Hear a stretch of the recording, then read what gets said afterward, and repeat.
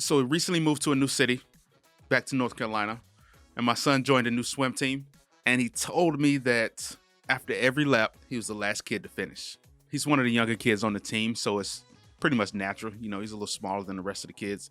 But I made sure that I told him that it was a good thing that he was the last kid to finish, because now he can look at the other kids and see what they're doing better than him. Is this kid holding his breath longer?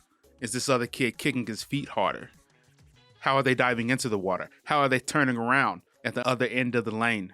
Son, you have a golden opportunity to look at other people who are better than you, learn from what they're doing better, learn from your mistakes, and apply it to yourself. What's up, ladies and gents? Welcome to the Pod on the Go Show. I'm your host, Raz. This week, we've been talking all about teamwork, and today we're going to talk about building a cabinet on Free Game Friday. I was never the smartest guy in the room. From the first person I hired, I was never the smartest guy in the room. And that's a big deal. And if you're going to be a leader, if you're a leader and you're the smartest guy in the world, in the room, you got real problems. Every leader has a team. Every president has a cabinet. Every mob boss has a consigliere. And as a podcast host, you're going to have your own team, your own cabinet. I've talked about the different roles and gave a free resource yesterday. So today I'm going to talk about, some questions you should ask every team member as they join your team. And some questions you should ask yourself about your team member and about yourself to see if you're living up to the team you have around you. Do they have the right experience? This is a good question to ask. I am looking for a PR person. I'm going to start looking for a PR person very soon, but do they understand podcasting? Do they understand what it means when I say I want to get on other shows and how to find other shows and how to connect with other podcast hosts and podcasters? Do they even understand the industry of podcasting? So that's something I have to ask myself when I'm looking for someone. What's your real budget? It's always better to pay people appropriately, because then they'll work harder and they'll stay with you a lot longer. So you have to know your budget and how much you can afford. And you have to be upfront with them and say, hey, this is a podcast. It might not last forever. Our income might go up, it might go down, but this is my budget. This is how much I can offer you. Do they do what they say they will do? That's integrity. That's a big part of it. Everybody has a great looking LinkedIn profile. Everybody has a great resume, but can they actually do that? So you have to actually go and do a little bit of background checking on them. Maybe even call around and ask their previous podcast and say, hey, did you enjoy working with this person? Will they show up when you need them? Maybe you have a last minute edit that needs to get made. Will they accommodate you? Will they be there for you when you need them? Can you help them reach their goals? As a leader, I think that's one of the biggest things, is that can you help every team member you bring on also reach their goals? So what's important here is to make sure that when they come onto your team, ask them what their goals are. What do they really want? What are they fighting for? Do they want more freedom? Or do they want more clients? Do they want to level up and become a producer instead of just a engineer? What do they want from life? Do they want to grow their company? Are they looking for more leads? Ask them what their goals are, and then work towards helping them reach their goals as well.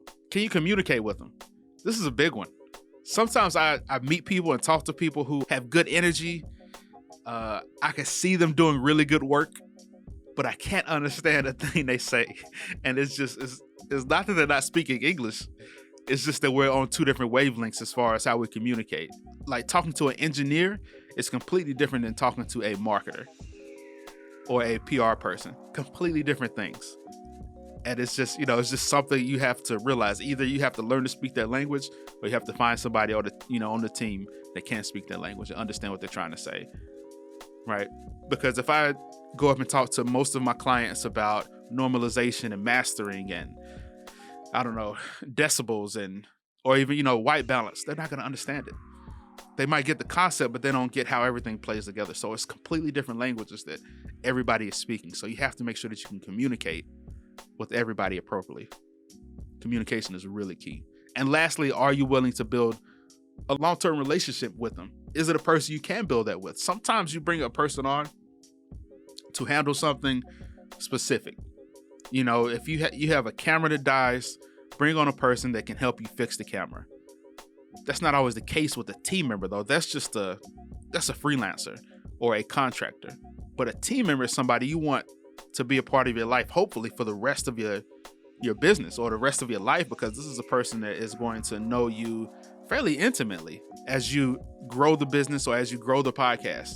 So you want to find people on your team that you can get along with, maybe do a retreat with, maybe you invite them to your house and have dinner with them, or you're sending them, gifts and swag and just love, text messages, just, showing them that you care about them, checking in with them. That's who you're looking for to be on your team.